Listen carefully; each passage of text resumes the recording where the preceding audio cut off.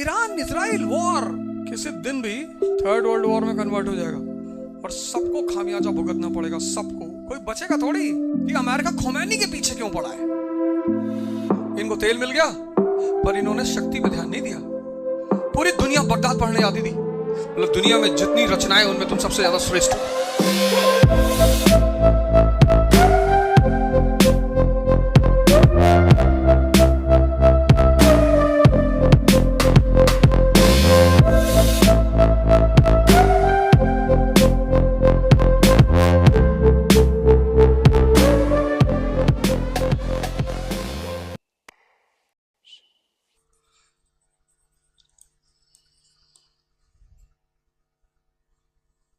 समझ। अब जिसके पास नहीं है वो दुनिया के पीछे भाग रहा है। किसी स्त्री से उसको समझा रहा है, कन्विंस कर रहा है कि मैं तुमको बहुत प्यार करता हूं। क्या जरूरत है? कहने की जरूरत ही क्या है? जो चीज तुम कह रहे हो वो बेसिकली तुम हो नहीं। जो लोग किस्सा सुनाते हैं ना अपने घरों का, अपने परिवारों का, वो बेसिकली बहुत कमजोर होते हैं, क्योंकि जिनके घर बहुत स्ट्रांग होते हैं उनको कहने की जरूरत ही नहीं। भाई लड़का क्लास में आया, उसके साथ 10 गनर आए हैं एनएसजी, तो पता चल गया ताकतवर घर का है। दिखाई पड़ा कि नहीं दिखाई पड़ा? क्यों किसी को दिमाग लगाना कि समझाना उसको, क्यों? लेकिन जो समझदार है वो दुनिया के पीछे नहीं भागते। उनको पता है कि दुनिया इसके पीछे भागती है।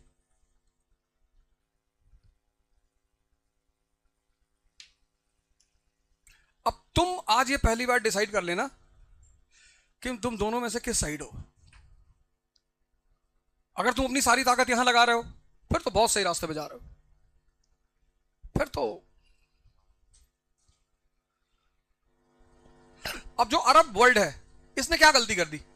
तेल मिला, तेल मिल गया, बड़ी अच्छी बात। लेकिन संपत्ति के साथ अगर शक्ति नहीं होगी तो संपत्ति छीनी जाएगी कि नहीं छीनी जाएगी? छीनी जाएगी। इनको तेल मिल गया पर इन्होंने शक्ति पे ध्यान नहीं दिया। भाई तुम्हारे पास इतना पैसा है, इतना पैसा कि तुम अपने बच्चे के लिए ट्रेन खरीद देते हो। एक शेख का लड़का ऑस्ट्रेलिया पढ़ने गया तो उसने अपने पिता को लेटर लिखा, मेल किया कि अब्बा मेरे फ्रेंड्स जो हैं वो ट्रेन से आते हैं, मेट्रो से आते हैं। उसका कहने का मतलब ये कि मेरे दोस्त बड़े सिंपल हैं, वो मेट्रो से आते हैं। इसका कहने का मतलब ये था। शेख को लगा कि मेरे लड़के के पास ट्रेन ही नहीं है।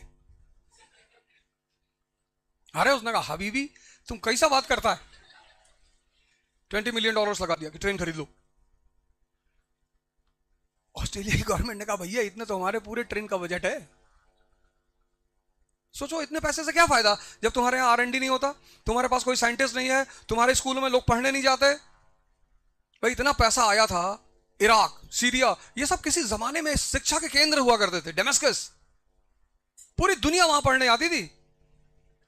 बगदाद, बगदाद मतलब अल्लाह का शहर, पूरी दुनिया बगदाद पढ़ने जाती थी।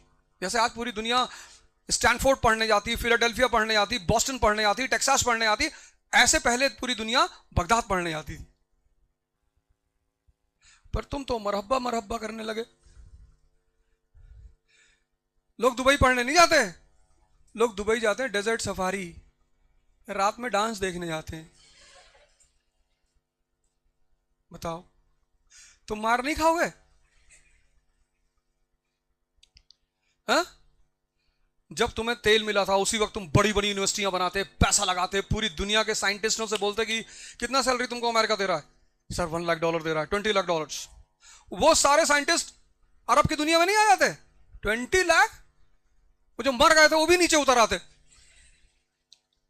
वो जो पुराने एडिसन मर गए थे वो सब भी नीचे उतर आते कि sir we are also here, we are waiting for you. हाँ? तो आज टेक्नोलॉजिकली ये मजबूत नहीं होते? आर्म्स होता है, एम्युनेशन होता है, वेपन्स होता है, टेक्नोलॉजी होती है इनके पास, अपना जहाज खुद बनाते। वेस्ट की हिम्मत होती है इनकी आंख दिखाने को? भगवान ने सारे इंसान को एक बात बोला, उसको दिमाग दिया, बोले ले आओ, मखलूक हो तुम, मतलब दुनिया में जितनी रचनाएं उनमें तुम सबसे ज्यादा श्रेष्ठ हो, और जाओ इसका इस्तेमाल करो। अब वो इसका इस्तेमाल कहां कर रहे हैं? कह रहे हैं इसमें, इसको खाने से कंसंट्रेशन बढ़ता है। इंडियन साइंटिस्ट गोपीनाथ मिश्रा द्वारा रिसर्च किया गया है कि ये है भारतीय वैज्ञानिक, अजीब अजीब सा कॉन्सेप्ट लेके आए दुनिया में।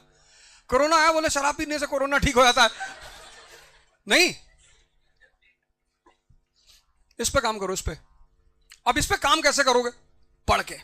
अब ये दूसरी बात आई, यहां इसको अगर डेवलप करना है तो फिर करना क्या है? पढ़ाई, स्टडिंग,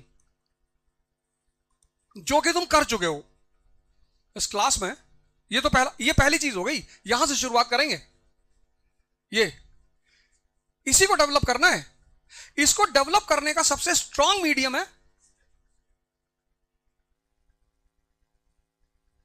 बैतुल हिकमत, बगदाद की सबसे बड़ी यूनिवर्सिटी। बगदाद की सबसे बड़ी यूनिवर्सिटी बैतुल हिकमत, लिख लो। आज जाके गूगल में टेस्ट करना कि है थी कि नहीं थी, फर्जी बता दिया मास्टर।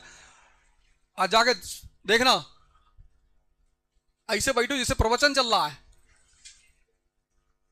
तो ये पहला कॉन्सेप्ट, पहला खेल यहां से शुरू होगा। इसको डेवलप करना है। उसको डेवलप करने का सबसे स्ट्रांग मीडियम क्या है? ये। लेकिन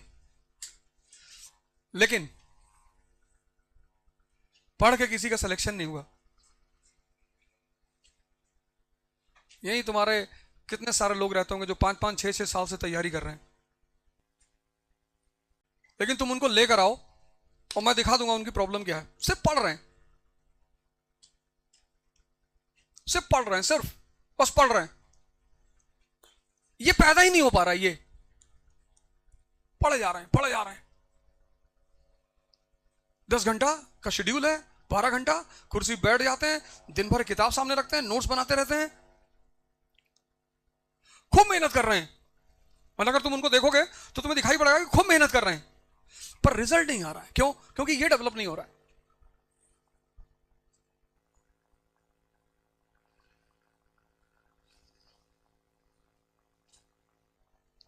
अब तुमने देखा अमेरिका की history, United states of America की। 1787 में यूनाइटेड स्टेट्स ऑफ अमेरिका एक नेशन के रूप में पैदा हुआ, और 1787 में यूएस क्या है? स्लम एरिया, झोपड़पट्टी, 13 कॉलोनीज। और ये अमेरिका जो 1787 में 13 कॉलोनीज है सिर्फ, वो 1945 में वर्ल्ड पावर है। सेकेंड वर्ल्ड वॉर खत्म हुआ और America is a world power. पूरी दुनिया को वो डिक्टेट कर रहा है। जो पहला का सुपर पावर है ब्रिटेन, उसको वो डिक्टेट कर रहा है। भाई अमेरिका से पहले वर्ल्ड पावर कौन था? ब्रिटेन। ब्रिटेन और फ्रांस। अब ब्रिटेन और फ्रांस को रिप्लेस किया यूएस और यूएसएसआर ने, और यूएस डिक्टेट कर रहा है ब्रिटेन को कि अपनी फौजें हटा लो यहां से, वहां पे हम बैठेंगे।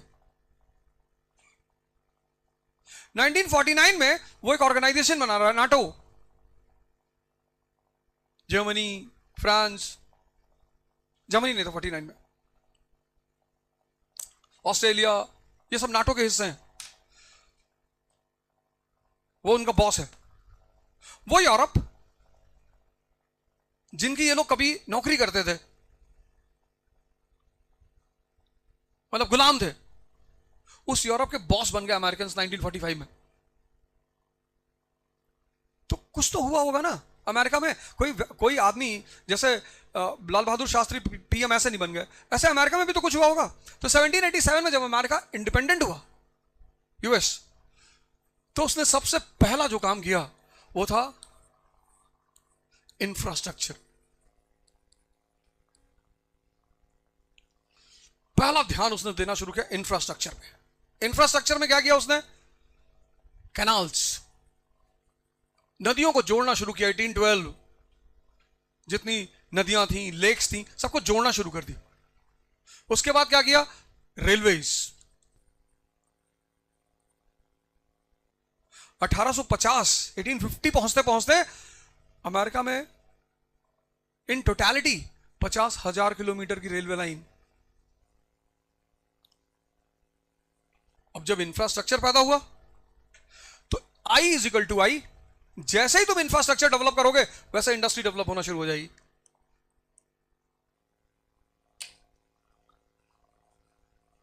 लेकिन अगर तुम अफ्रीका देखो, अफ्रीका, अब यहीं पे तुम अफ्रीका देखो, अफ्रीका के पास इंफ्रास्ट्रक्चर संभव है? नहीं है। ये देखो 98%, ये देखो ये पूरा ब्राउन, कहां रेलवे लाइन डालोगे यहां पे? और ये डेजर्ट,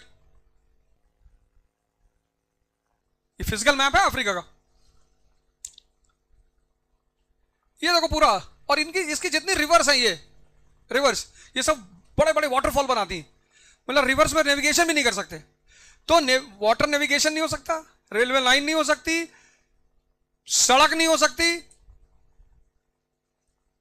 तो जब इंफ्रास्ट्रक्चर नहीं हो सकता तो इंडस्ट्री कहां से होगी? ये देखो, ना इंफ्रास्ट्रक्चर ना इंडस्ट्री।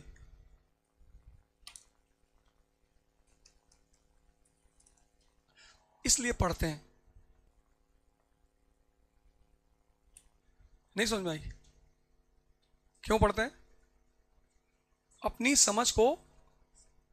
अब तुम कल पॉलिसी मेकर हो गए, इंडिया में आईएएस बन गए, गवर्नमेंट ऑफ इंडिया तुम्हें एक कमीशन बना के प्रेसिडेंट बनाएगी, बताओ यार वुमेन डेवलपमेंट के लिए महाराष्ट्र में क्या करें? तुम कह रहे हो साहब किताब पढ़ के बता रहे हैं। वो जो तुमको पैसा देने जा रहे हैं ना, सारी सुविधा, पैसा इसी सैलरी नहीं देने आ रहे हैं, सारी सुविधा। मतलब कलेक्टर जो है वो अपने शहर का राजा है, पूरे शहर को वो कंट्रोल करता है, तो तुम्हें सब कुछ देने जा रहे हो। तुम्हें चिंता नहीं करनी पेट्रोल की, बच्चे की ट्यूशन की, स्कूल की, हॉस्पिटल की। तो जब इतनी सारी चीजें तुम्हें देने जा रहे हो तो किसके बदले में देने जा रहे हैं? तुम्हारी समझ के बदले में। क्योंकि उनको पता है कि पढ़ तो सब लेंगे लेकिन समझ हर आदमी डेवलप नहीं कर पाएगा। पढ़ाई तो सभी कर लेंगे, क्योंकि समझ विकसित करने के लिए चुप होना पड़ता है, आंख बंद करके बैठना पड़ता है, कनेक्ट करना पड़ता है, चीजों को सोचना पड़ता है। मैं लखनऊ में था तो एक साहब अपने बच्चे को लेकर आए, बोले 4 साल से पढ़ रहा है, बहुत मेहनत करता है। मैंने कहा भाई, अच्छा कभी कभी लड़के आते ना तन के बैठे रहते हैं, वो वहीं पे मुझे गुस्सा आती कि आराम से बैठे हो ना, तन के काहे बैठ रहे हो? फिर मैंने कहा तैयारी हो, पूरी तैयारी है। पता नहीं मेरा क्यों नहीं हो रहा है। मैं पापा से कहता हूं किसी ने मेरे पीछे कुछ करा रखा है। मैंने कहा भाई इतनी खाली दुनिया है।